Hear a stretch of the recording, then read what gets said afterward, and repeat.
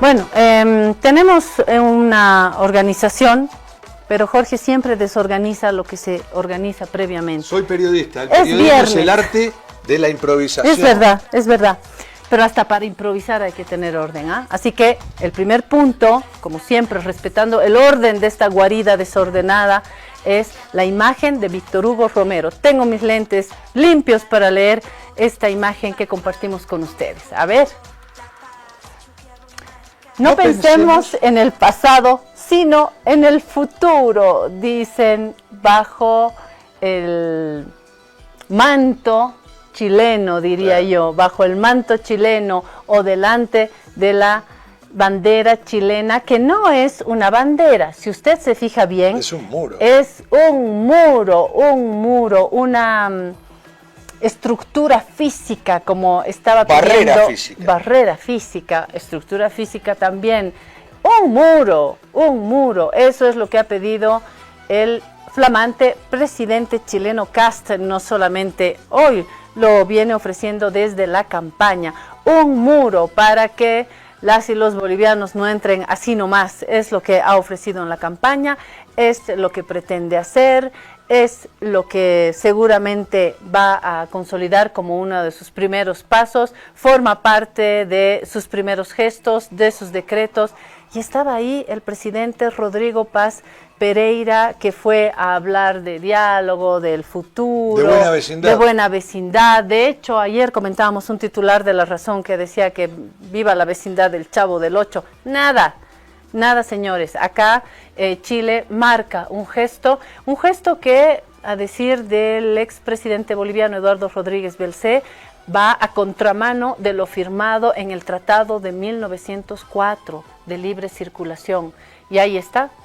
Libre, absoluta y eterna. Claro, después de la invasión, del enclaustramiento marítimo, de la apropiación de territorios bolivianos en una guerra absurda, obediente de intereses entre ingleses y chilenos, esa no puede ser sino una lectura boliviana. Es mi lectura y por supuesto que reivindico que tenemos temas pendientes con Chile, que no vamos a olvidar nuestro derecho al mar, nuestra entrada soberana al mar y un tratado más justo que el que hemos firmado, episodios más justos que los que hemos vivido. También quiero mirar al futuro, pero sobre la base de los derechos que tiene este país. No por nada nuestros abuelos han luchado tanto, ¿no? Claro, pero así como las leyes, así como la Constitución, así como el derecho internacional, los estatutos, los tratados internacionales también están para ser violados. Todo se viola y no pasa nada. Sobre todo hoy, ¿no? Sobre todo hoy porque... ¿Vos recordás que cuando la policía ecuatoriana entró en la embajada de Ecuador? La policía ecuatoriana en la embajada de México, que es territorio mexicano, claro, tienes razón. A un expresidente, Jorge Glass, que está condenado, ¿no? Y todo el mundo dijo, esto es una locura, esto no se puede hacer. Y yo te dije, esto se puede hacer porque ahora se puede hacer cualquier cosa. Porque fuerzas ecuatorianas se metieron como Pedro por su casa en la embajada de México en Ecuador, que es territorio mexicano. Seguro. En Ecuador, no se puede violentar. Es inviolable. Pero hoy todo es violable ya. Exacto. Porque han extirpado a un presidente de Venezuela, porque han terminado de bloquear Cuba como no lo habían hecho antes, porque bombardean allá y no hay una justificación. Hablo de Irán y de lo que han dicho en Naciones Unidas, que es una agresión no justificada.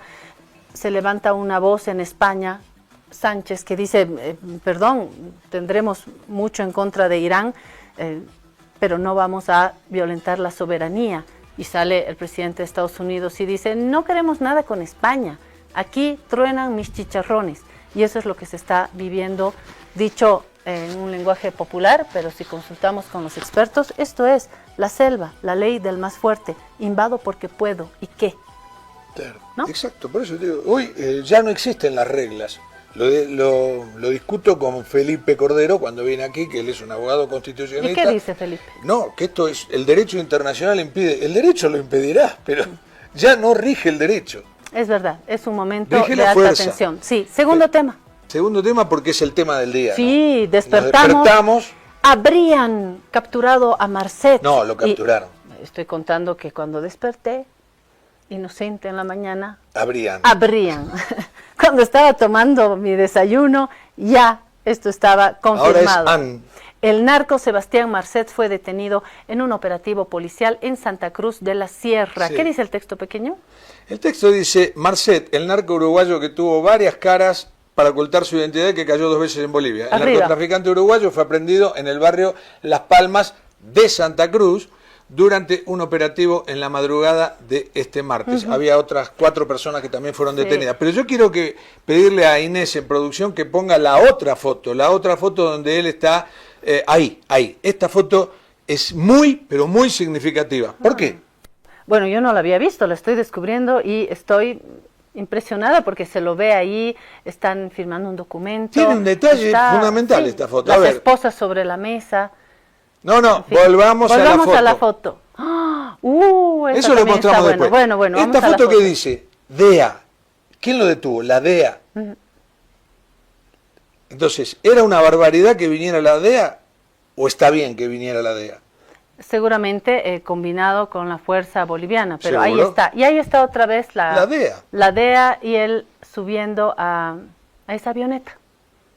Uy, las avionetas son protagonistas, ¿no? La que sale de la pista, aterriza mal, se sale de la pista y crea un desastre en el alto y hay dinero. Esta otra son las avionetas que han marcado la noticia en estos últimos días. Sí. Impresionante. Ahora, lo primero que yo pensé es, en este momento, justo cuando llegaba el rey, y sí, justo cuando llegaba el rey, porque hay que tener habilidad también para hacer todo esto, ¿no? Sí. Bueno, ahí está. Es un golpe, ¿no? Un punto para el gobierno, ¿no? Es un punto para el gobierno, para la DEA también, para la relación Estados Unidos. Y si vino para detener a Marcet y lo detuvo, también es un punto. Es un punto. Lo vamos a hablar con detalle hoy, porque hemos vuelto a invitar a Nadia Guevara, porque ayer nos quedamos sin tiempo, teníamos que hablar de la evaluación de algunos errores del gobierno, hoy hablaremos de algunos aciertos, le preguntaremos si esto es un acierto o no, si la llegada del rey fue un acierto o no, podemos volver al tema, esto de Kast, hay mucho para leer, tejer, sí. ¿No?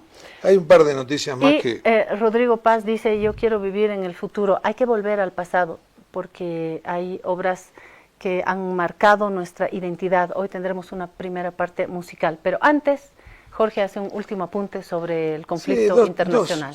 A ver.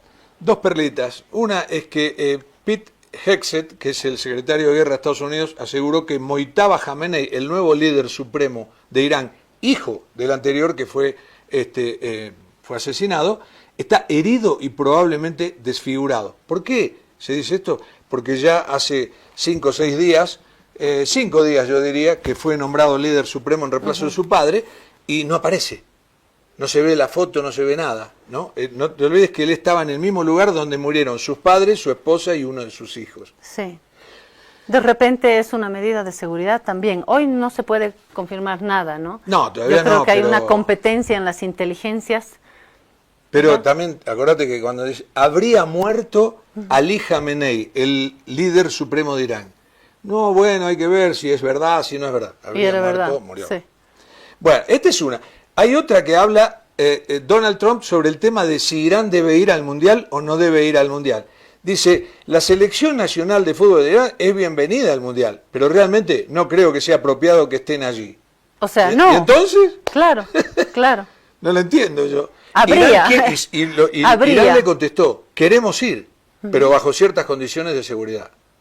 Bueno, esta es una noticia que va a hacer ruido hasta el día que empiece el Mundial. Hoy faltan, creo que 91 días para el Mundial. Cada vez se acerca más. Bueno, y tenemos otra noticia muy importante, para mí, importantísima, de Cuba, ¿no? ¿Cuál es? La noticia de Cuba es que Miguel Díaz-Canel, el presidente de Cuba, esta mañana hizo una conferencia de prensa con los enviados de todos los países, ¿no? Con los corresponsales, y dijo cosas importantísimas. Dice, el presidente Miguel Díaz-Canel confirmó que funcionarios cubanos han sostenido conversaciones con el gobierno de Estados Unidos. Esto ya había salido hace unos días, ¿te acordás? Pero se confirma, ¿no? Claro, ahora lo dice oficialmente el presidente. Sí. Estos intercambios han sido dirigidos por el general de ejército Raúl Castro y el propio mandatario. Además, colegiados, dijo, otras personas, con las máximas estructuras del partido, del Estado y del gobierno. Dijo, estas conversaciones están orientadas a buscar soluciones por la vía del diálogo a las diferencias bilaterales. El propósito es identificar los problemas bilaterales que necesitan solución. Es un proceso muy sensible que se conduce con seriedad y responsabilidad para crear espacios de entendimiento. Mira, tenemos una imagen en nuestro cajoncito. Tenemos un videito de 19 segundos. ¿Lo vemos? Muy importante, pero me parece genial. Dice, la parte cubana ha expresado la voluntad de llevar a cabo este proceso sobre bases de igualdad y respeto a los sistemas políticos de ambos estados, a la soberanía y a la autodeterminación de nuestros pueblos. Pregúntame si yo estoy contento o no con esta noticia. Un diálogo. ¿Estás contento con esta noticia? Sí, mucho. ¿Por qué? Porque yo pienso en la gente de Cuba, ¿no? Que Cuba no tenga que bajar sus banderas, ¿no? No tenga que rendirse en su ideología, pero que la gente de Cuba pueda estar mejor. Ahora tú pregúntame a mí. ¿Estás contenta? No, bueno. Yo estoy preocupada. Yo estoy preocupada porque en el clima que acabamos de describir, me parece que hay que tener mucho cuidado, más allá de las características en cada país, llámese Venezuela, Cuba, Argentina, Bolivia, Estados Unidos. Me parece que hay un desorden mundial en el que cualquier cosa puede pasar. El estrecho de Hormuz es un punto que ya está originando un conflicto enorme. La economía de Estados Unidos no es el caporal que está feliz con su chicote, está también sufriendo la crisis económica. Hay empresas que se están declarando en quiebra en Estados Unidos.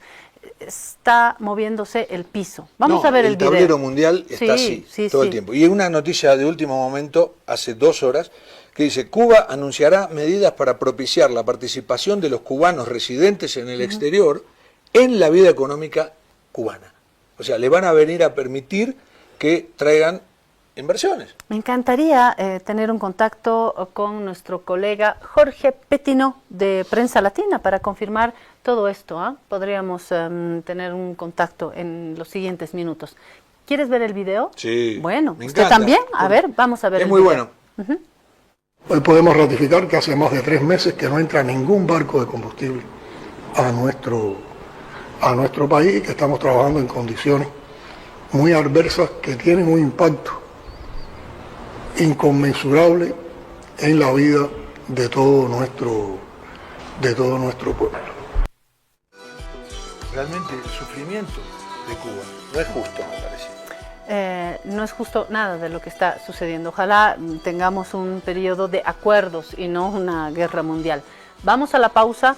No todo es noticia política, económica. Hoy queremos hablar de un momento de gran esplendor en la creación boliviana, de manos femeninas desde Potosí, hace muchos años, y hoy lo retomamos como una de las banderas que van a flamear en nuestro país. Ya volvemos. Si te resfrías, consigue alivio de día, descanso reparador de noche y fortalece tu sistema inmune con Refrianex sobres día y noche. Refrianex, siempre contigo, en cada momento. Señora, un paraguas, por favor. ¿Como este? ¡El joven de Provi! El mismo. ¿No tuvieron uno más grande? ¿Como este? Más grande. Más grande sería pues la sombrilla, joven. Sí, perfecto, señora. Es que ya viene. ¿Qué viene?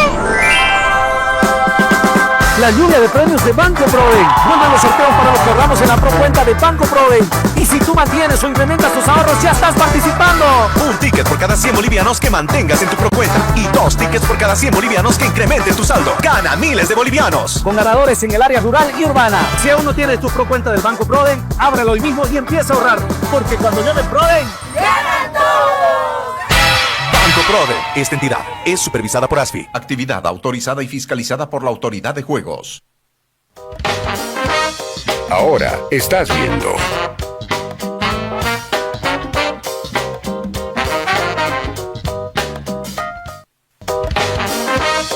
Continúas viendo.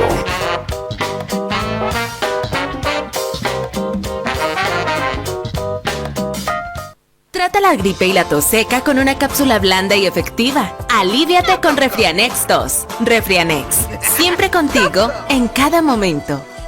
Señora, un paraguas, por favor. ¿Como este? El joven de Provi. El mismo. ¿No tuvieron uno más grande? ¿Como este? Más grande. Más grande sería pues la sombrilla, joven. Sí, perfecto, señora. Es que ya viene. ¿Qué viene? La lluvia de premios de Banco Proden. Vuelven los sorteos para los que ahorramos en la procuenta de Banco Proden.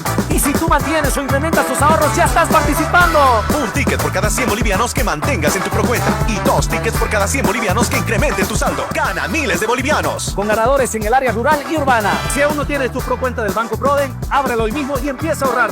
Porque cuando llame Proden, ¡ganan todos! Banco Proden. Esta entidad es supervisada por ASFI. Actividad autorizada y fiscalizada por la Autoridad de Juegos.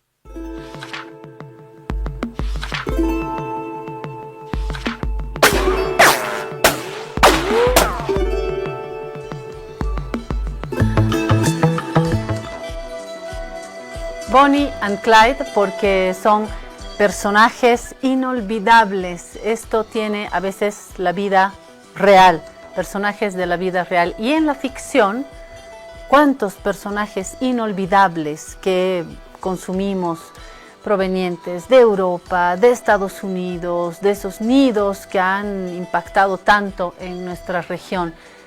Pero nosotros, en el continente y en el país, hemos producido también historias maravillosas y no las conocemos todas.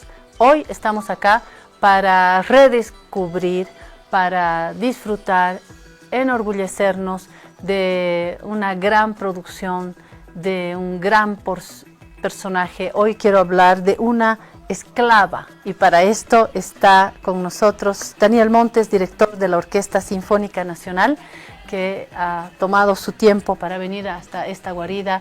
Estoy muy agradecida, director, y a su lado está una gran artista que tiene un papel protagónico, es la solista principal de esta obra, Katia Escalera, a quien le agradezco también haber venido hasta acá y regalarnos su tiempo y regalarnos su arte en algo que creo que es imperdible. Bienvenidos ambos y Daniel, por favor ayúdame a transmitir el valor de esta obra que se va a presentar pronto. No, claro, muchísimas gracias Claudia, muchísimas gracias a ustedes por la cobertura. Nosotros estamos realmente muy emocionados y muy felices porque no solo estamos esta vez presentando con la Sinfónica Nacional, puede ser estéticamente algo muy lindo realmente, pero no solo musicalmente, sino histórico, y ese es un punto muy importante. Nosotros por primera vez en Bolivia, nunca se hizo en Bolivia, vamos a hacer la representación de la primera opereta dramática boliviana, escrita en el 1884. Y fue la primera en la historia boliviana. La primera, sí. Tenemos un afiche. Por la fecha. Sí, tenemos un afiche que lo vamos a mostrar enseguida. Es precioso. Sí, es hermoso. ¿Quién hizo este afiche? Además, bueno, nosotros tenemos nuestro equipo de justamente de diseños y todo, y esta fue justamente una de las propuestas que nos encantó, porque estamos hablando de esto. Esa es la primera opereta boliviana, Celisca, la esclava, que después la maestra les va a dar un poquito más el contexto, hecha por la gran compositora Ercila Fernández de Mujía. Ercila Fernández de Mujía es un personaje impresionante, potosina. Para crear en ese momento de la historia, además, en Bolivia hay que ser increíble. Claro, y lo más impresionante es que ella estudió en Sucre. su base, porque ella es poetisa, es escritora, compositora, imagínense todo lo que ha hecho, a los 24 años hacer esta obra, con toda una base sólida de estudios en Sucre. La compuso, después ella se casó con el señor Mujía, que es prácticamente un gran escritor también, y fueron diplomáticos donde viajaron por varias ciudades y países. ¿De qué años estamos hablando? Estamos hablando principios del 900, y justamente en el periodo que ellos estaban en Asunción del Paraguay, en el 1919, se hizo por única vez la representación de esta obra allá, en Asunción del Paraguay.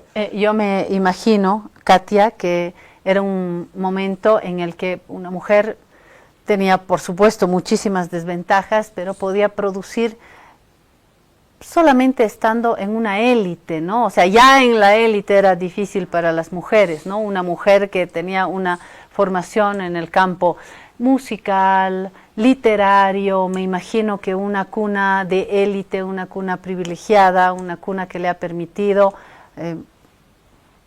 desplegarse en la literatura, en la composición musical, el mundo diplomático, el mundo privilegiado de ese momento. Aún en ese mundo ha tenido que ser difícil, ¿no, Katia?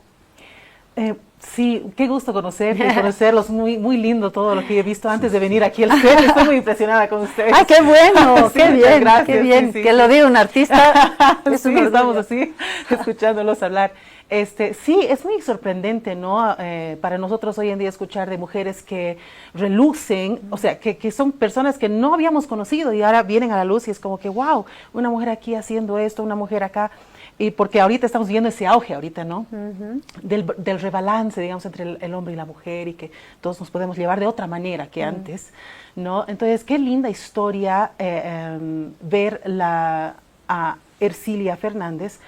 Pero hay un detalle que tal vez nunca he explicado en ningún otro lugar, y es que la Capilla Musical de Sucre tiene una historia increíble en cuanto al nivel musical de Bolivia, pero estoy hablando desde 1600, ¿no? Y es una tradición de formación de músicos, que bien nos podría explicar otra persona esto, claro. Pero un poquito les comento lo que yo he entendido, es que es una formación tan alta de músicos que en un momento, yo no sé si es alrededor de 1650 o algo así, que hasta el Papa mandó un escrito que lo hacían sobre, no era papa, o sea, era sobre como cuerina o algo así, cuero, diciendo que en Sucre, que en Bolivia tenían mejor música que hasta en Europa.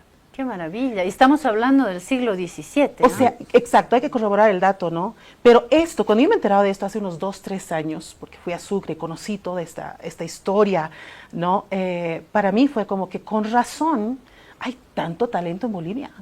Con razón vemos tanta posibilidad de músicos y de personas acá que pueden, realmente hay músicos que salen y destellan afuera, ¿no? Y no hay que olvidar ese lugar, no hay que olvidar Potosí, obviamente, que en su momento fue más que París.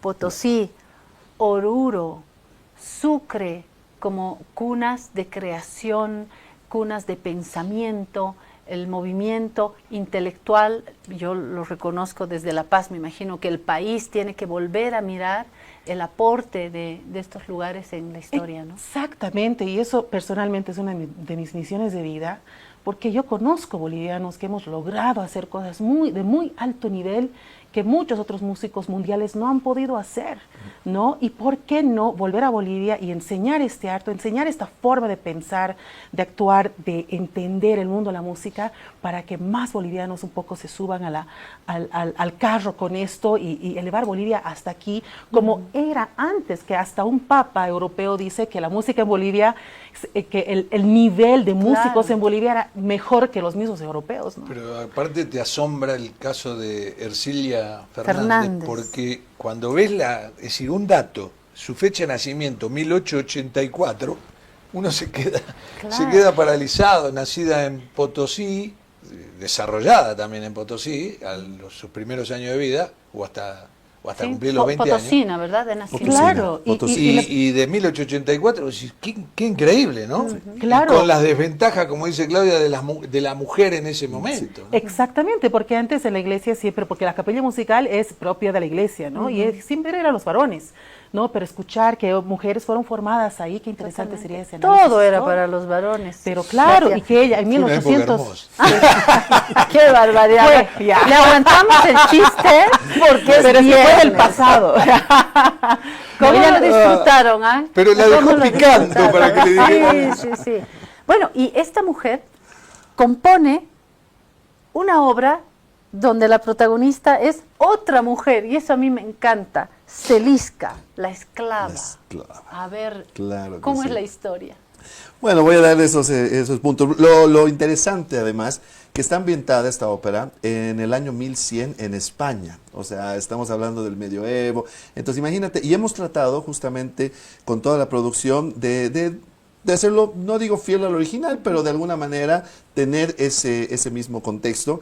Y bueno, tenemos ahí con las pantallas, son los castillos medievales, y es el contexto de justamente Celisca, que es turca, además, musulmana. Entonces ella, que conoce al conde Roger. El conde Roger es un cristiano, que ella, bueno, se enamora, está muy enamorada de él. Después de la guerra, ella se fue a vivir prácticamente con él. ¿Con el conde? Sí, pero el conde en realidad aparece un tercer personaje, que es Alia, que es la mujer pura, que es la mujer cristiana, no de los moros. No de los moros, y que prácticamente él le pide matrimonio, porque Celisca con todo ese pensamiento y con toda esa parte, esa celosía, bueno, ella decide que lo quiere matar prácticamente. Entonces, toda una cosa, tal vez la maestra puede contar un poquito. ¿Qué historia? Esa parte es una historia muy interesante. A ver, volvamos me encanta el personaje de Celisca porque es una mujer de autoridad, porque es de la nobleza turca. Claro. Es una mujer de autoridad que, aún siendo esclava, permanece en su autoridad. O sea, ella no puede, digamos, aplacarse, ¿no? Y se nota en la historia porque hasta explican cómo ella está llevando las llaves que abren toda la joyería, digamos, del castillo, ¿no? O sea, que ella tiene como casi un nivel de ama de casa. O sea, es como si ella cumpliera un rol ahí adentro, ¿no? En la vida del conde Roger, y yo creo que por eso ella se entusiasma, sueña tanto con en algún momento ser su esposa. Claro. Y creo que para mí... Y se enamoran primero, me imagino. Bueno, esta es mi percepción de que ella y Roger se han querido, porque él también la deja estar en ese lugar, y ella sueña con estar con él. Yo creo que lo que no les permite estar juntos son las creencias. Claro. Ella es de los moros y él de los cristianos, y además él es jefe de los cruzados. Katia, ¿no? ¿Y por qué la esclava si ella es de la nobleza?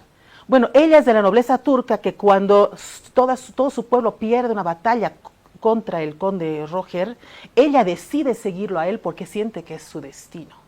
Y ella va como esclava, pero en realidad él nunca la termina tratando como una esclava como tal. O sea, es muy enaltecida dentro de los esclavos. Tiene una posición de jerarquía ahí adentro, ¿no? Un poquito mejor. Sí, claro. Y para ella es como que no lo puede creer que hay una mujer ahí que la tercera, y que se va a casar ¿cómo? O sea, se entera de que se va a casar con él, y ella inmediatamente es cristiana porque ella lo dice en los textos, ¿no? Habla de Dios. En cambio, Celisca habla de Alá. ¿No? Entonces, es una situación muy interesante porque Celisca sí se pone muy mal, y con toda razón, yo creo, porque realmente ha estado un año en ese castillo. A mí me llama la atención en el proceso creativo de Ercilia Fernández, estando ella en Potosí, es muy, pero muy probable que ella haya recibido libros de los españoles. Y que llegaban a Potosí y que los haya leído. No, por supuesto. Una persona de ahí haya leída. ¿Cómo se llama? De ahí se haya regado y haya creado esto, porque solo con la imaginación no podés. Y lo que sí se necesita es imaginación para restablecer hoy. Tenemos un pequeño video que quiero compartir con ustedes, amigas y amigos, y luego contamos un poquito lo que ha significado montarlo ahora. A ver, ¿vamos al video?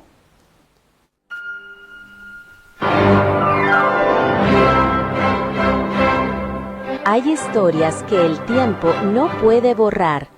Tras un siglo en el silencio, la voz de Ercilia Fernández de Mujía emerge de sus manuscritos originales para reclamar su lugar en la gloria boliviana. La Orquesta Sinfónica Nacional se honra en presentar el estreno mundial de Celisca, la esclava, la primera ópera compuesta por una mujer en nuestro país. Este hito histórico ha sido posible gracias a la incansable labor de investigación de Mariana Alandia Navajas, responsable de sus primeras grabaciones en 2023, y de Javier Parrado Moscoso en la edición y publicación de sus partituras originales. Bajo la dirección del maestro Daniel Montes y la coordinación de la Sociedad Filarmónica, más de 100 artistas darán vida a esta joya del siglo XIX. Un elenco estelar encabezado por Katia Escalera, Alejandra Pareja y Fernando Flores, junto a la fuerza coral de Coplumú, María Jesús y el Orfeón Voces Nuevas. Una producción de gran envergadura con la participación de la Escuela Boliviana Intercultural de Danza y la coreografía de Gustavo Apaza y la ensayista Marián Quirós. La dirección actoral de Verónica Armaza y la regencia de escena de Ariel Enríquez.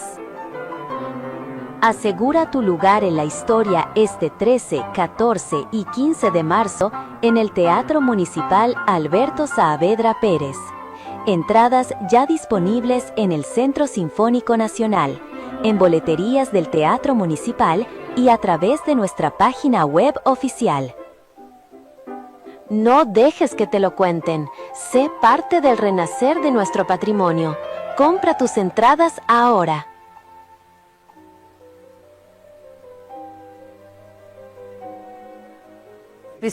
Pero los artistas, un ejército entre los músicos, los investigadores, es un ejército de coordinar todo esto es tremendo. Artistas.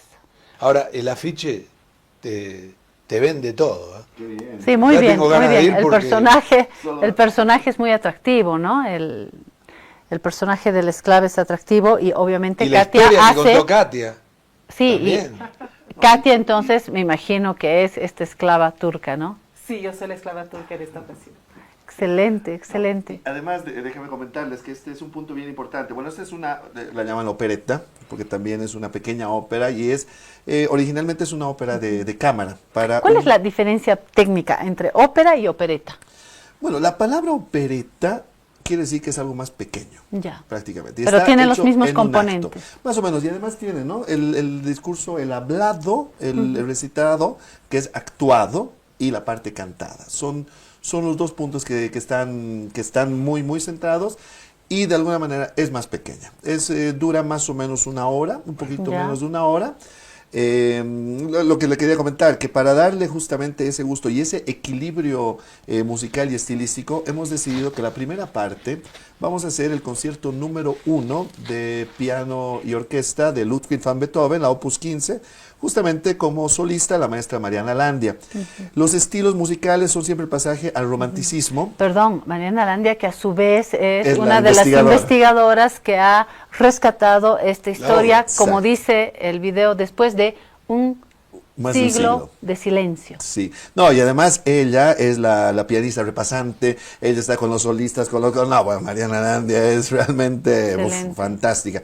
Entonces vamos a hacer toda esa primera parte, porque ¿qué es lo que pasa? La ópera tiene los personajes, tiene toda la parte del bel canto, porque estamos hablando de 1884, donde el desarrollo musical estilístico venía a ser prácticamente esa inspiración de los italianos, ¿no? De Rossini, de Bellini, tiene todas esas fiorituras, como las llaman, y de alguna manera está muy inspirado en eso. Y el concierto número 1 de piano tiene el mismo, digamos, estilo, pero en este caso el piano es el solista, el piano es el que está cantando, el que está haciendo. Entonces hemos visto un equilibrio muy interesante musicalmente entre las dos partes, y eso también lo queríamos decir, ¿no? Pero bueno, volviendo a la ópera es un trabajo titánico.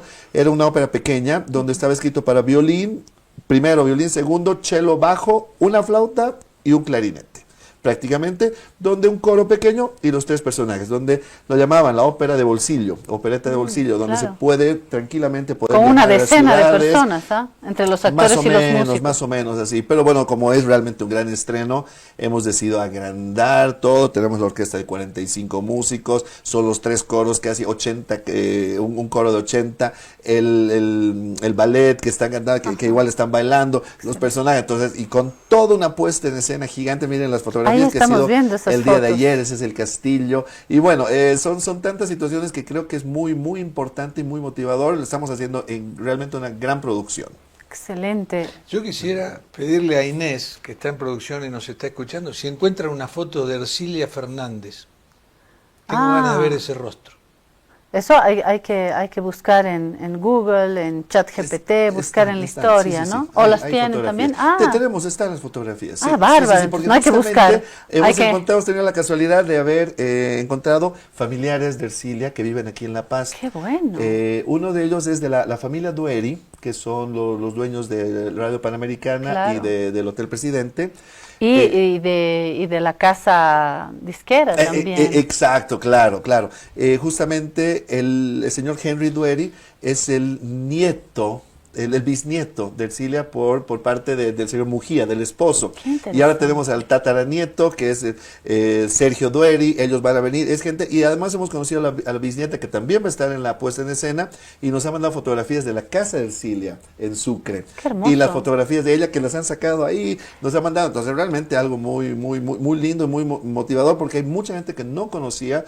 Claro. Me incluyo, no conocíamos mucho la obra de Ercilia. Yo sabía que era una poetesa y escritora, música, sabía que había hecho cosas, pero hasta descubrir que realmente estamos haciendo una ópera, y es la primera opereta boliviana, y seguramente no va a ser la última vez. Ahora con esto ya estamos hablando con la maestra de llevarlo a Cochabamba, de llevarlo a Sucre, de llevarlo fuera de Bolivia, y de volver a hacer realmente, porque musicalmente y estilísticamente es bellísima, es bellísima. Sí. Katia, ¿cuál es tu registro de voz? Porque uno dice cantante de ópera. Claro, yo soy mezzosoprano, ¿sí? Y he hecho una década como soprano. Ya tenía un cambio, porque las mujeres sufrimos cambios hormonales y eso afecta a las cuerdas vocales, ¿no? ¿También? Sí, claro que sí. Entonces he tenido mi periodo de cantar Tosca y Mimi, todas las sopranos, estas puccinianas y mozartianas también, y barroco, pero después he decidido mejor ir a la parte de mezzosoprano, porque mantengo el registro. Sí, porque la soprano y la mezzo no son diferentes en registro. Lo que pasa es que el cuerpo de la voz cambia de lugar, de acuerdo a los puentes. Esto ya es algo un poco más técnico, pero digamos que una soprano no va a flotar un agudo como una soprano, sino va a ser más épico, va a ser como que sufrido, digamos. En cambio la soprano puede flotar con toda la inocencia, y por eso es la soprano. Bueno, ¿no? Traduciendo esto a las historias de las mujeres, yo también vendría a ser una mezzosoprano. Es que somos pues ridas. Sí, ya. Estoy en la etapa mezzosoprano de mi vida. Sí. Eso no, señoría, eso no va a ser tenido en cuenta.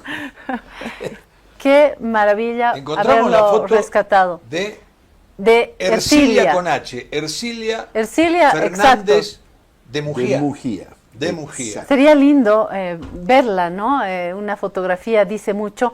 Y qué bueno que la familia Dueri, siendo descendientes de esta gran intelectual, creadora, poeta, música, interesada además en el mundo, porque va a rescatar hasta el medioevo la inspiración para esta historia, una historia de amor tan contemporánea, tan para hoy, que no puede la familia sino interesarse, reivindicar. Qué alegría que la familia esté identificada y que me imagino haga el esfuerzo de cooperar en este rescate, porque es un rescate, ¿no? Es un rescate.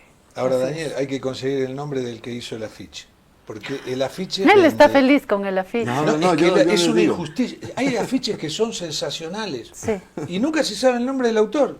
Queda en el anonimato. Bueno, y después, hasta el que toca la flauta sale. Bueno, ella es la licenciada Elvira Reque. Ella nos está colaborando ya desde el año pasado. Todos los afiches de este año 2026 ella los está haciendo. Los van Ahí a ver está poco a la poco. fotografía a pedido de Jorge. Ahí está Ercilia. Sí. Qué fuerza, Parece una que ella fotografía. Tocaba piano, cantaba, hacía esto es casi un daguerrotipo. Y una fotografía puede traer mucha información. ¿Eh? Claro. Ahí está Ercilia. Qué mujer, ¿eh? 1880, bueno, acá ya no era nacida, recién nacida, pero te quiero decir, en 1884 la fotografía estaba Aquí empezando. estaría en el esplendor. Él compuso mayor, en 1884 cuando tenía 24 años. Entonces él nació en 1860 prácticamente. Ah. Sí. Entonces, tremendo, ¿no? Pero ya tengo ganas de ir al Teatro Municipal. Bueno, solo como dato adicional, superficial, ¿qué hacía el marido? El marido también del mundo artístico. Exacto, era un escritor y diplomático. Prácticamente, sí. Entonces, Y han vivido en Lima, han vivido en Asunción, y claro, han tenido esa circulación, ¿no? Por la región. Sí. Qué interesante. ¿Sabes lo que sería Asunción en 1800? Y dedicarse a la poesía, a la música. Realmente una sensibilidad artística tremenda. Es un personaje gancho, yo creo. Me interesaría saber, por ejemplo, a quien tiene información desde la familia o los investigadores, qué más escribió, un poquito conocer cómo interpretaba la sociedad, saber cómo leía la Bolivia de ese momento. Hemos descubierto un tesoro. Seguramente. Sí, sería lindo, ¿no? Conocer más de esto. Bueno, hay un ejército, decía, de artistas.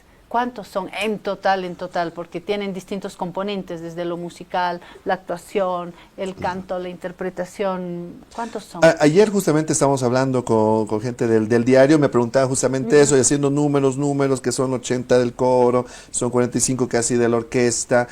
O sea, estamos llegando casi a unas 140 personas entre toda la producción que está trabajando en esta ejército. Sí. Un ejército. Yo voy y llevo la valija y me meto por ahí. Claro. Lo esperamos, por con favor. la valijita. Claro. ¿Cuál ha sido, Katia, tu sentir en esta obra? ¿Va a marcar tu carrera? Es un honor. Es un honor. La verdad es que no es la primera vez que soy embajadora de la música boliviana reencontrada. Yo trabajo mucho con producciones de CDs y conciertos en el exterior por todo el mundo con la música barroca de chiquitos, ¿no? Entonces eso para mí siempre ha sido una alegría y un honor, porque cómo mejor representar a mi Bolivia a través de la música. ¿Cómo ¿no? se define la música barroca? ¿Cómo se define? Sí, ¿qué es para la gente? Bueno, claro, sí, es un periodo de tiempo donde se componía de cierta manera, con ciertas reglas composicionales y con un estilo bien particular, ¿no? ¿Muy cargado de pronto? No, con mucha ornamentación, y ahí están los clavecines y los violines antiguos que usaban no voy a hablar de tecnicismos, pero es una época de la historia. Son estructuras muy complejas, ¿no? Sí, es pre-Mozart, ¿no? Entonces, pero es la base de todo lo que hacemos hoy en día, sí. ¿No? Y muchas veces volvemos al barroco. Algunos compositores hacen neobarroco y todo eso, claro. ¿No? Pero por eso justamente el archivo que tenemos en Bolivia es extenso, ¿no? Entonces tenemos una mina de música que no todo está ni siquiera grabado ni puesto al mundo, porque seguimos descubriendo manuscritos. Sí. Y seguimos descubriendo manuscritos, y por eso hay que preparar a los músicos para poder interpretar correctamente el estilo barroco, el estilo, en este caso, pues, belcantista, ¿no? Claro. Y de todo lo que vamos a encontrar en Bolivia, porque ¿quién es más que sacar a luz que los mismos bolivianos, ¿no? Por supuesto. Entonces tenemos una tarea muy grande. Y vamos a ir. Jorge, tenemos que irnos. Sé que tienes una pregunta más, a ver. No, es muy cortita. No hace mucho la ópera, digamos que bajó hacia la popularidad cuando fueron lo de los tres tenores, ¿te acordás? Plácido Domingo, Pavarotti y José Carreras. En los últimos años, digamos. Sí, eso fue una época, yo diría, de oro de la ópera, porque llegó a todo el mundo. Pero ahora, ¿quiénes? Ya no están ellos. ¿Quiénes son los? Ana Netrebko. O sea, hay muchísimos. Pero uno es que diferente. Sea el Lionel Messi de la ópera. Lo que pasa es que ya no hay el divismo, ¿no? Con María Callas y todo ese segmento de los 60 hasta los 80, digamos, ya con Plácido Domingo, los ultimitos, ese es un periodo de divismo que ha existido en el mundo musical, que hoy día no hay. Hoy en día el artista lírico que está top está hablando con la gente en las redes, o sea, muy pocos tienen esa nobleza como si fuese la reina. Ana Netrebko ahorita sería. Claro, ¿no? Sí, porque está en todas las revistas. Pero hay otras mujeres y otros cantantes que lo están, solo que ya no hay esa carga o sea, ya no están el grupo de fans no los adoran como antes, ¿no? Claro. Es mucho más del pueblo, es conversacional, ¿no? Todos más amigos, no sé, mucha más enseñanza en las redes. Que más que del tiempo depende del artista. Mozart llevó al pueblo. Mozart cambió aquellas obras que no eran tan bien recibidas en la élite política y religiosa, y lo iban a ver los del pueblo, ¿no? Y creo que eso es un logro musical. Bueno, ahora sí, vamos a la ficha, porque tenemos que hablar de política, así que vamos a ver una vez más este afiche que le ha gustado tanto a Jorge, con la esclava y esta historia de amor hermosísima, actual. Es un rescate después de Un siglo de silencio. Llega al Teatro Municipal Celisca, la esclava. Es una opereta en un acto, dura casi una hora, tiene esta primera parte que nos decía como matrimonio, ¿verdad?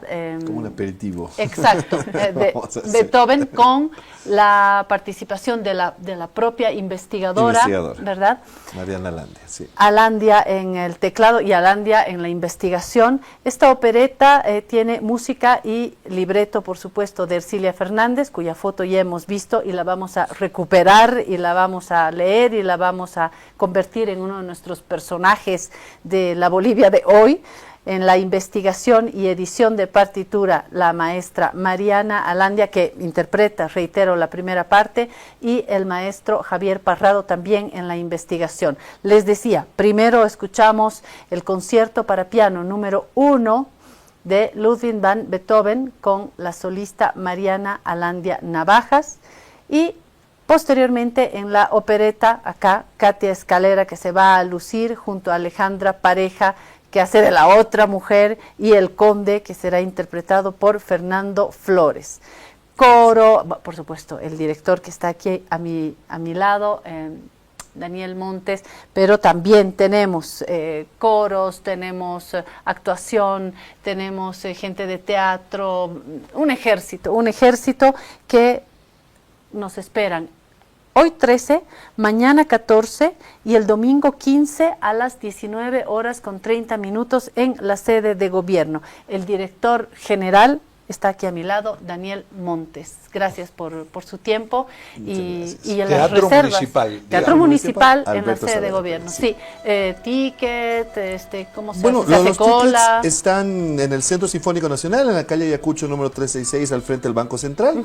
Están a la venta ahí. Ahora, a partir de hoy, también van a estar en el Teatro Municipal, si quieren directamente. Y si quieren algo más cómodo, con nuestra página web, sinfonicabolivia.gov.bo. Están también las entradas para comprarse online, claro. Perfecto, que sí. Perfecto. Sí. Gracias, Katia. Gracias, Daniel. Un gusto, muchas gracias, Claudia. Ahora sí, Jorge, nos vamos a la segunda parte, ¿no? Hablar de política. Están autorizados. Muy bien. Estamos autorizados. Enseguida entra Nadia Guevara para concluir un análisis político que quedó un poco a la mitad ayer. Lo concluimos después de esta pausa. Alivio efectivo a todos los síntomas del resfrío con Refrianex comprimidos tradicionales. Refrianex, siempre contigo en cada momento. Señora, un paraguas, por favor. ¿Como este? El joven de Prove. El mismo. ¿No tuviera uno más grande? ¿Como este? Más grande. Más grande sería pues la sombrilla, joven. Sí, perfecto, señora. Es que ya viene. ¿Qué viene? La lluvia de premios de Banco Proden. Vuelven los sorteos para los que ahorramos en la procuenta de Banco Proden. Y si tú mantienes o incrementas tus ahorros, ya estás participando. Un ticket por cada 100 bolivianos que mantengas en tu procuenta. Y 2 tickets por cada 100 bolivianos que incrementen tu saldo. Gana miles de bolivianos. Con ganadores en el área rural y urbana. Si aún no tienes tu procuenta del Banco Proden, ábrelo hoy mismo y empieza a ahorrar. Porque cuando llamen Proden, ¡ganan todos! Banco Proden. Esta entidad es supervisada por ASFI. Actividad autorizada y fiscalizada por la Autoridad de Juegos. Ahora estás viendo.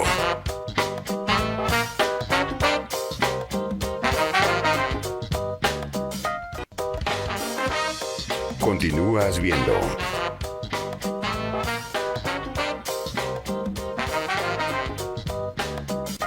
Si te resfrías, consigue alivio de día y descanso reparador de noche con Refrianex comprimidos día y noche. Refrianex, siempre contigo en cada momento.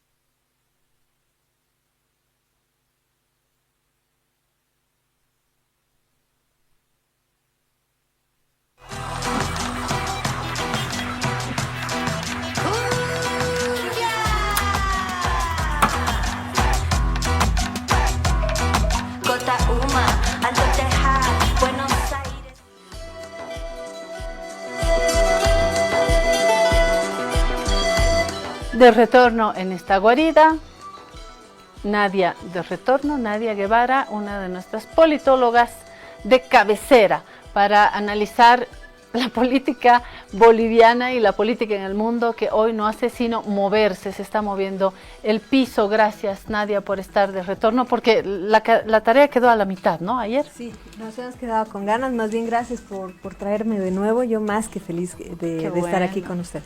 Qué bueno. ¿Qué habíamos dejado pendiente? Además de hacer un balance de la visita del rey de España, hablamos del gobierno en sus aciertos, errores, los ministros estrella, el movimiento en la región y en el mundo, son algunos de los temas que hemos visto ayer y queríamos hoy hablar de errores, momentos polémicos que han sido o han tenido como centro a la mujer, han sido polémicos porque son mujeres o es una casualidad, pregunto. Y recapitulo. Andrea Barrientos, viceministra de Autonomías, que ha tenido un encontronazo con actores de Santa Cruz. Reitero, Andrea Barrientos se había pronunciado sobre el proceso de las autonomías y había manifestado que se trata de un proceso que implica responsabilidades. Bueno, salió al frente Luis Fernando Camacho, gobernador de Santa Cruz, y dijo que aquí Santa Cruz no está pidiendo nada, está exigiendo que tienen en el viceministerio una persona que no tiene la capacidad para llevar adelante este proceso. Es más, ¿qué hacemos todavía con un viceministerio de autonomías que es un rasgo centralista? Salieron en el Comité Cívico de Santa Cruz, salieron otros actores muy centrados en que era por Santa Cruz. Tema del 50-50, ¿no? Sí, en el marco obviamente de... O sea, un tema de plata. De las autonomías y de las autonomías. Bueno, va uno. Número 2 está la autoridad de la ANH, Margot Ayala, que había ingresado al Estado bajo el gobierno del MAS, tan del MAS que juró con el puño en alto y hoy dice o dijo que habían estado amordazados, que ella había visto muchas irregularidades y que no podía hacer nada porque estaban todos amordazados. Y así se quedó mucho tiempo, fue muy criticada por eso y luego es autoridad en el gobierno de Rodrigo Paz. No duró mucho porque con el lío de la gasolina y ella con este antecedente vuelve a estar en el centro de la tormenta. Margot Ayala es la segunda. Tercera es la vocera presidencial Fabal, me parece esta última intervención que la pone también, sí, la vocera Fabal, que la pone en el centro del debate porque había anunciado que restaurábamos embajadores o embajadoras en Bolivia y en Chile, luego retrocede, dijo que fue un error de comunicación y algún otro que se me está yendo, pero otra autoridad mujer. Y termino con la viceministra de Género, dependiente del Ministerio de la Presidencia, del ministro Lupo, que lo propio en un acto justamente a propósito del Día Internacional de la Mujer, manifiesta, de hecho la podemos escuchar, ¿no? Esta sí la podemos escuchar, si la tenemos, porque ya voy en mi recuento con Andrea Barrientos, Margot Ayala, Carla Fabal y termino con la viceministra Echeverría, ¿no? Jessica Echeverría. Jessica Echeverría. Bueno, tenemos el video, hay dos declaraciones, si estamos listos vamos al video, a ver.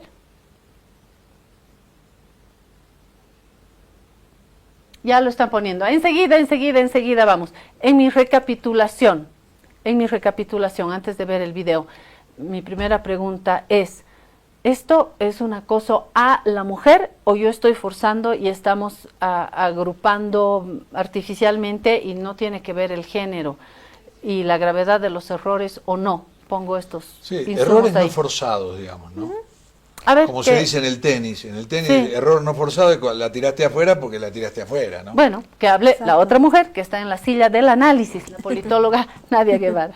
A ver, Hay un componente central dentro de la política boliviana, y es que las mujeres que entran en política, son medidas 3 veces. ¿No? ¿Son? Medidas 3 veces. O sea, a los hombres se les pasa un montón de cosas, se les pasan exabruptos, escándalos, errores, patinadas y de todo. En cambio, a las mujeres no, o sea, eso independientemente de si es en este gobierno o en los anteriores, hay una cultura de acoso político hacia las mujeres. Y es un acoso político que va desde hechos tan fuertes como el haber realmente asesinado a mujeres que eran autoridades, ¿no? Sus propios compañeros que eran, ¿cómo se llama?, suplentes, que han habido estos casos. Por eso existe justamente una ley que está justamente para velar en contra del acoso político a las mujeres, pero también hay casos, por ejemplo, Eva Copa, que Eva Copa, más allá de su gestión, ha sido el blanco de todo el mundo, ¿no? Entonces, existe este sesgo. Y muchos otros nombres. Por supuesto. Muchos Mujer otros nombres. que entra en el espacio político en Bolivia, va a ser primero blanco de burlas, si es bonita, si es fea, si es gorda, si es flaca, se pone algo a la cabeza, se viste muy así, se pone si es indígena, si es indígena, si es blanca, o sea, no es solamente el hecho de lo que hace, sino el hecho de ser mujer, y eso es algo que no podemos tapar con un dedo. Ahora sí tenemos las declaraciones. Estoy de acuerdo. Ahora sí tenemos las declaraciones. A ver, Inés.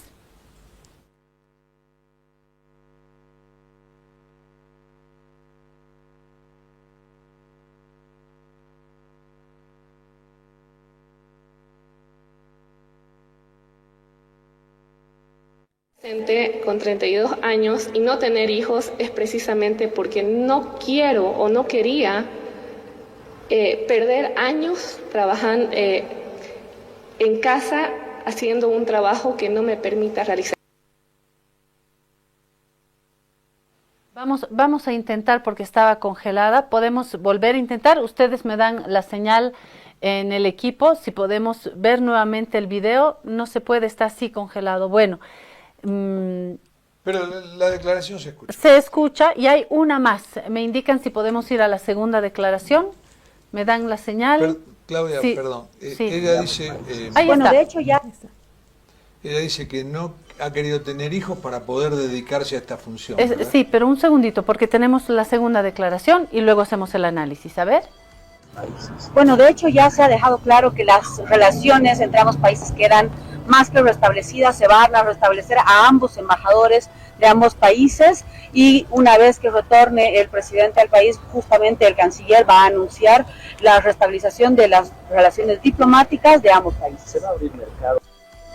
Bueno, ahí había hablado de Chile, luego corrige la vocera y dice que se está refiriendo a Estados Unidos.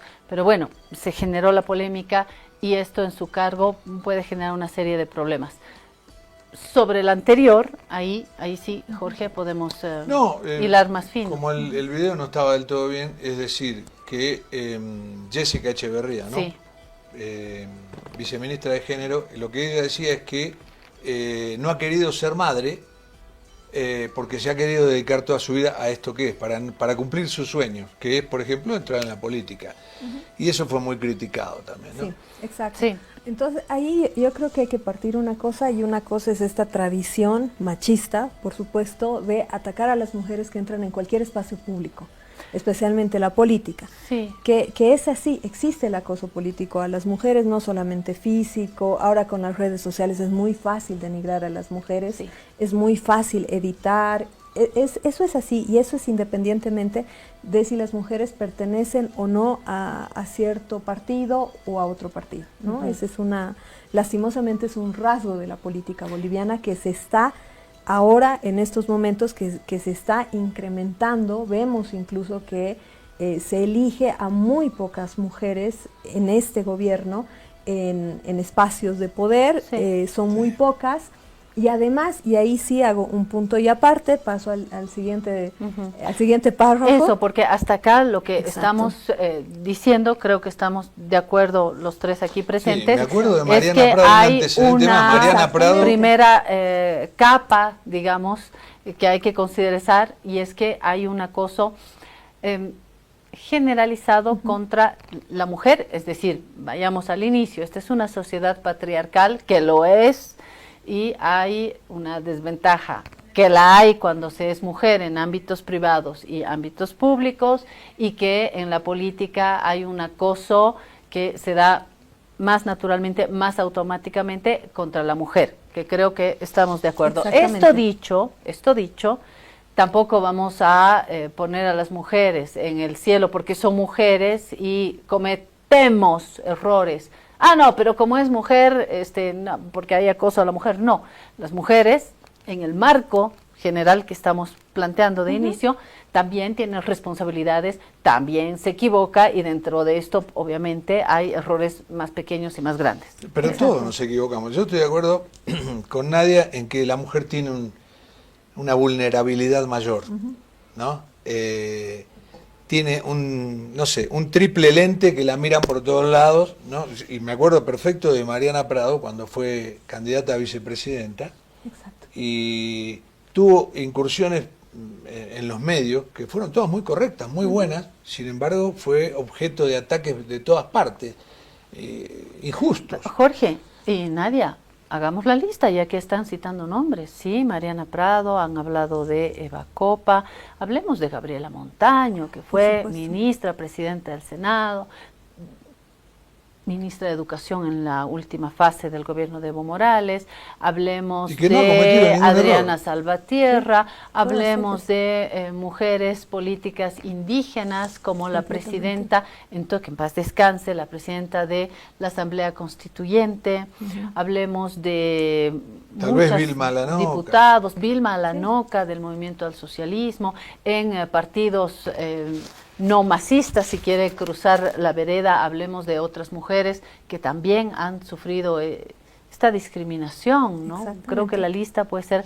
muy larga. Me causó... Andrea Barrientos, hoy bueno, y ayer también. Ese nombre quería hacer, Andrea Barrientos. Me parece totalmente desmesurado el ataque contra Andrea Barrientos, porque de última ella hizo una apreciación, tampoco hirió a nadie, dijo no vamos a, el 50%, el 50-50 lo queremos hacer, pero tampoco es que vamos a regalar la plata así como así. Y quiero explicarte una cosa, la Argentina es un país federal, hay por ejemplo, ayer lo hablaba con Claudia, hay un yacimiento que se llama Vaca Muerta, que es una cosa infernal, que está en Mendoza y parte en Neuquén.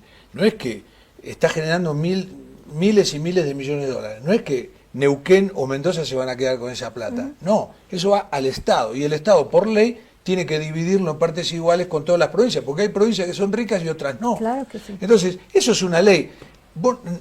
La Andrea Barrientos de Argentina no le puede decir a Mendoza, no, tu plata vamos a ver, vamos a conversarla, si te va... No, Mendoza dice, no, esto es de Mendoza y se acabó, es la ley. Pero acá no es ley.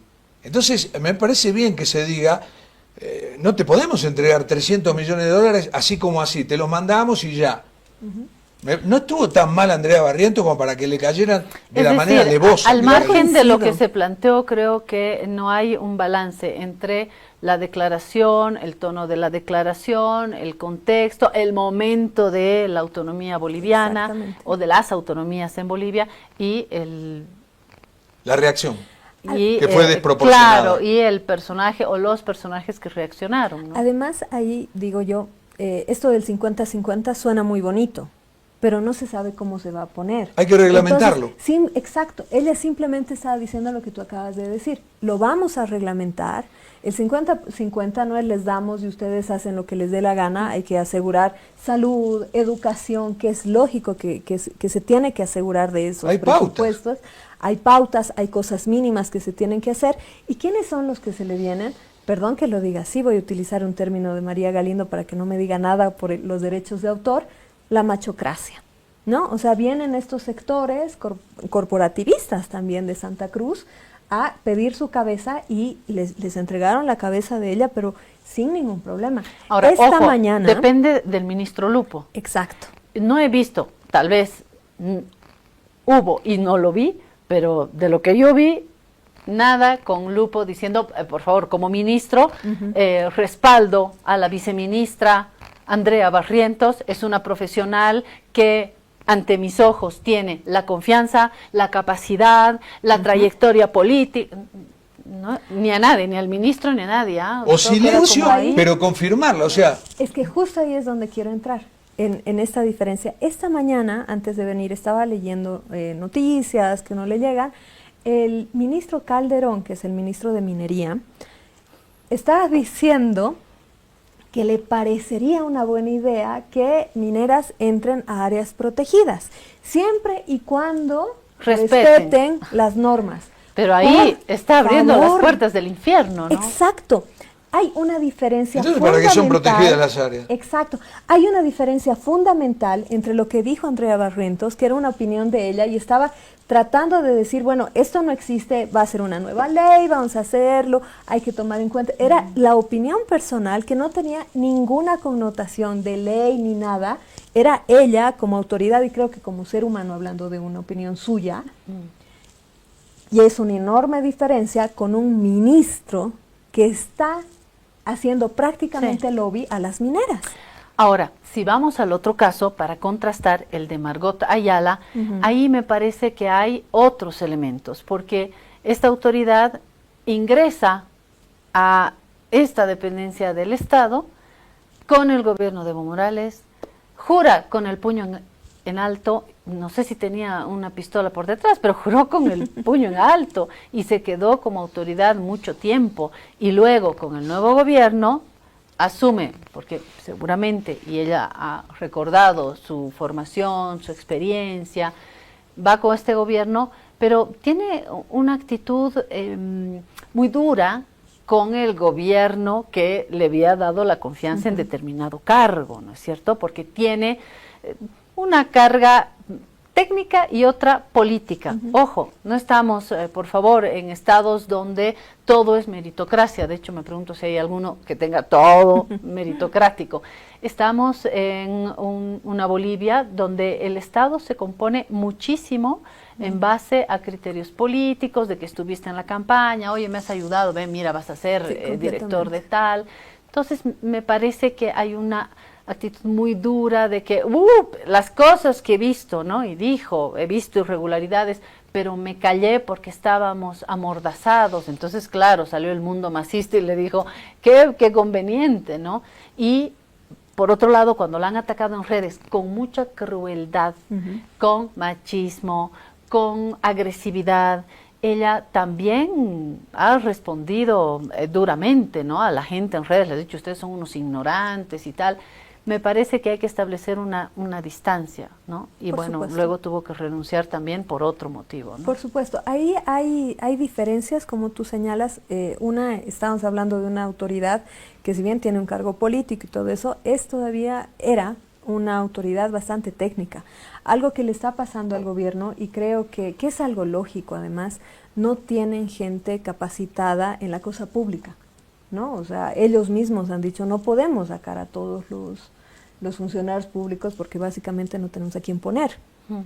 Y en un sector que es tan crucial y tan difícil como es el de hidrocarburos, se necesitaba una persona que sepa, o sea, no se podían dar el lujo del cambio de meses, de no saber qué hacer. Bueno, estamos viendo los resultados además, ¿no? O sea, de esa diletancia en cuanto a la gasolina, en cuanto a si está bien, no está bien, qué hacemos, los motores y todo aquello, ¿no?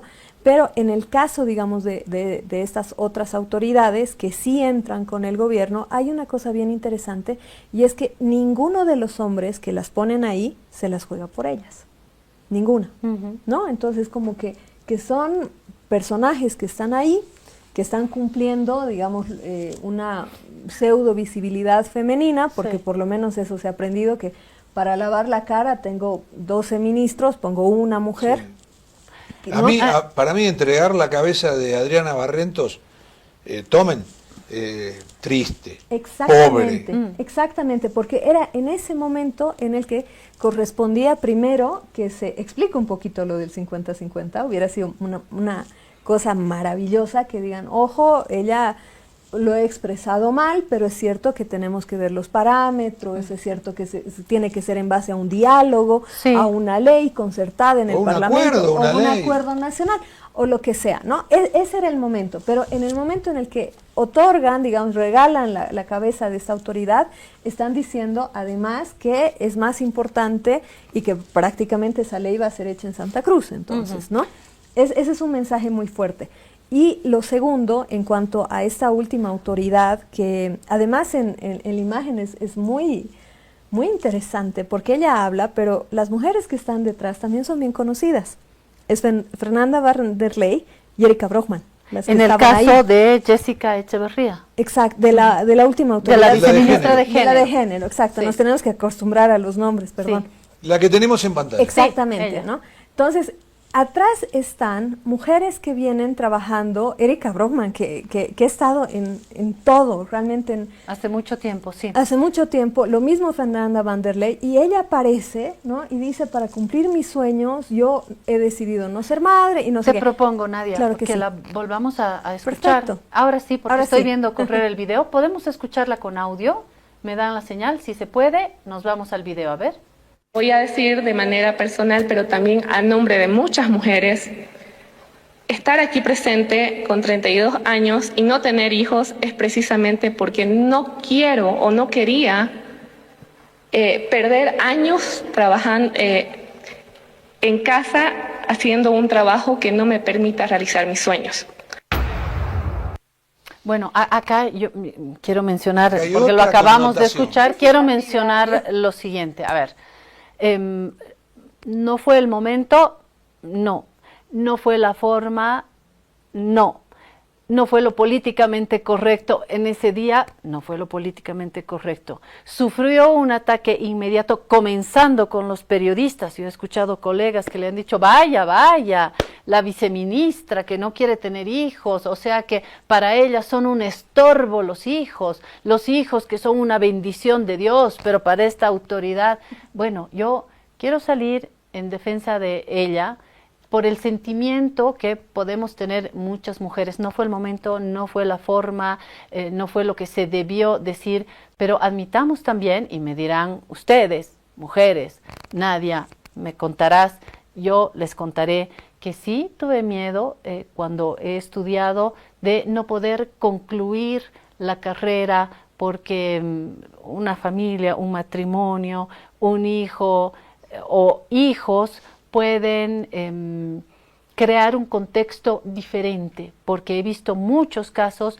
de mujeres que dejan de estudiar porque el matrimonio, porque los hijos, porque mantener una casa, porque, y mujeres que no terminan el colegio, otras que no terminan la universidad, otras que no terminan una maestría y todavía más en un posgrado, donde cuántas parejas, yo he visto muchas parejas, donde el hombre y la mujer hacen estudios y termina el hombre, porque si hay un niño o una niña, hay una responsabilidad que recae sobre la mujer.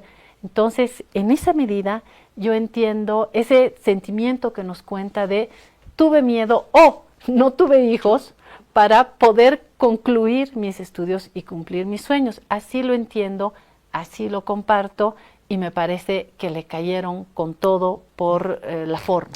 Yo creo que todos le entendimos lo que quiso decir y no es culpable de eso.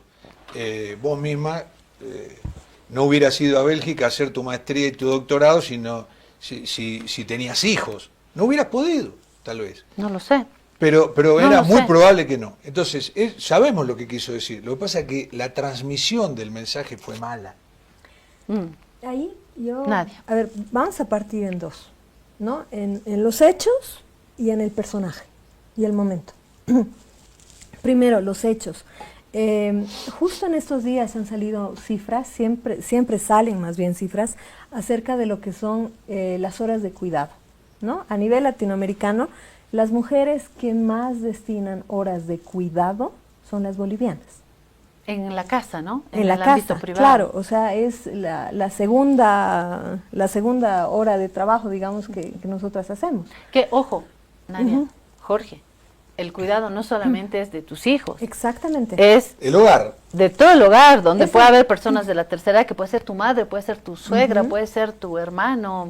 Todo esto implica el cuidado. Exacto, el cuidado. Hacer las compras, preparar la comida, asear la casa. Hacerte cargo de la suegra muchas veces. Hacerte cargo del cuñado que se ha accidentado muchas veces termina siendo la labor y la obligación de la mujer.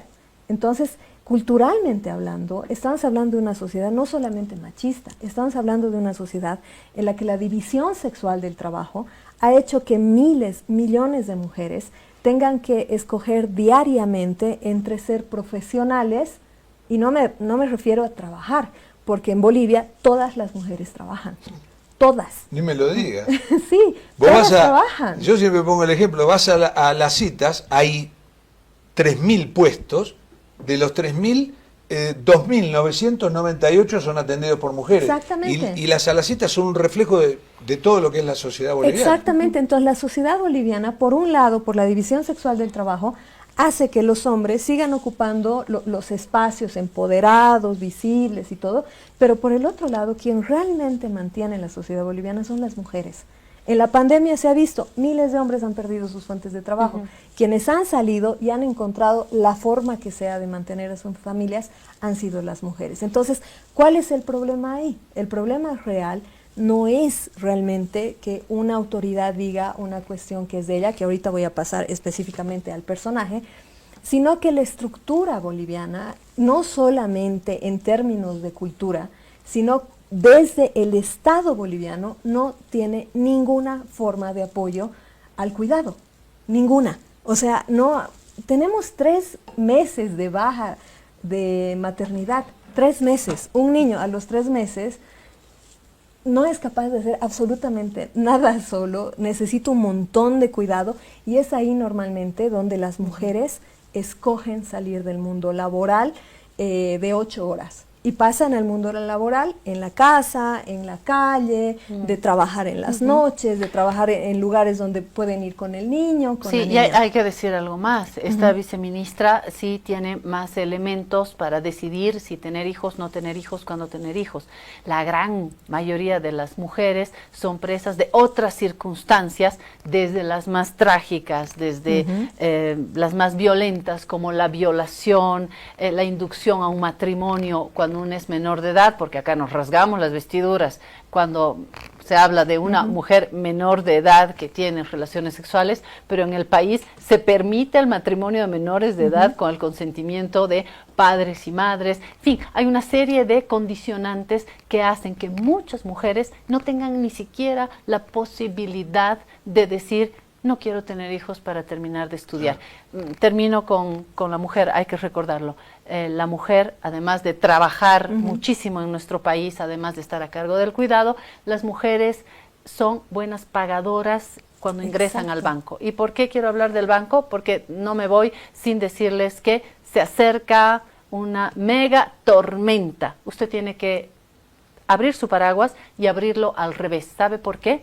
Porque se acerca un mega momento, una mega tormenta con premios de Prodem. Por favor, abra su paraguas porque vamos a sortear, digo vamos porque me siento parte del Banco Prodem. Hay una lluvia de premios prontito, ¿verdad? 4 de mayo es el premio principal, o sea, el sorteo principal, 20 premios de 50.000 bolivianos. Ahí está. Solo por tener una cuenta en Prodem. Te Así lo es. recomiendo. Con 100 bolivianos entras y participás del sorteo. Con 50 se abre la cuenta y con 100 claro. uno puede... Pero me dejan ganar el premio. decirles una cosita. Pero bueno, te dejamos. Primero quiero saludar a Tito, que es nuestro osito panda que está estudiando. Hicimos mucho ruido, pero él siguió concentrado. Sí, él está y la leyendo. otra, una cuestión histórica, increíble casi, ¿no? Durante la Guerra del Pacífico, 1870, cuando el gobierno declara la guerra a Chile por la invasión chilena, no le quedaba otra, prepara un ejército y va hacia allá. Pero era un ejército que no tenía rancho. ¿Qué es el rancho? La preparación de la comida. No tenían cocineros. Entonces se autorizó y cada uno de los soldados se llevaba a su mujer. Y le daban unos centavos por día y la mujer les cocinaba. Exacto. Y iba detrás de ellos en la batalla. Sí, sí. Y a veces, como se llama, las bombas las volteaban y se limpiaban, iban a ver a sus parejas, a sus maridos, sus novios, para ver si estaban heridos, si se habían muerto o lo que fuera. Eso es increíble de la mujer boliviana. Tantos de estos episodios. Nos vamos. Nadia cierra el programa. Bueno, para que no se vaya, digamos, la idea, ¿no? Y enganchando este relato, creo que justamente las declaraciones de esa autoridad han sido tan atacadas porque las hizo en una sociedad que tiene justamente este relato heroico de la maternidad y el ser mujer como boliviana.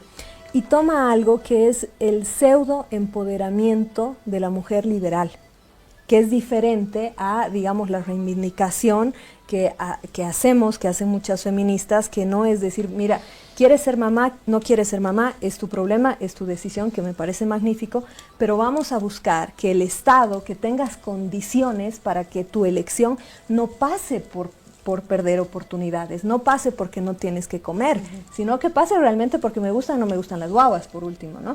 Pero eso es algo que ella obvia, es algo que elimina y lo toma como una decisión personal, no como una decisión, digamos, que empodera algo, sino como una decisión personal que puede sonar tremendamente egoísta, precisamente por el entorno al que ella pertenece, ¿no? O sea, como una persona que por el apellido, o sea, uno ve que no es una persona que ha tenido que escoger entre ir a la universidad y comer, para nada. O sea, estamos hablando de un entorno de privilegio, y en ese entorno de privilegio tampoco puede tener algo, digamos, de cercanía con estas otras realidades, ¿no? Entonces creo que ese es el punto por el cual ha agitado tanto el avispero, que creo que realmente es importante a partir de esto abrir el debate, pero no abrir el debate para decir yo soy madre y lo logré desde una posición individual, sino más bien tratar de que como colectivo, como mujeres, que somos la mayoría de la población boliviana, exigir al Estado y decir, mira, exigimos condiciones del Estado de protección hacia lo que es el cuidado. Punto final. Gracias, Nadia. Gracias a ustedes que nos han acompañado. Nos vemos el lunes. Disfrute, hay concierto del Papirri esta noche en Cholahuasi. Hay también un súper espectáculo en el Teatro Municipal. Nos vemos el lunes. Centro de la Paz, Achachicala, Pachumani.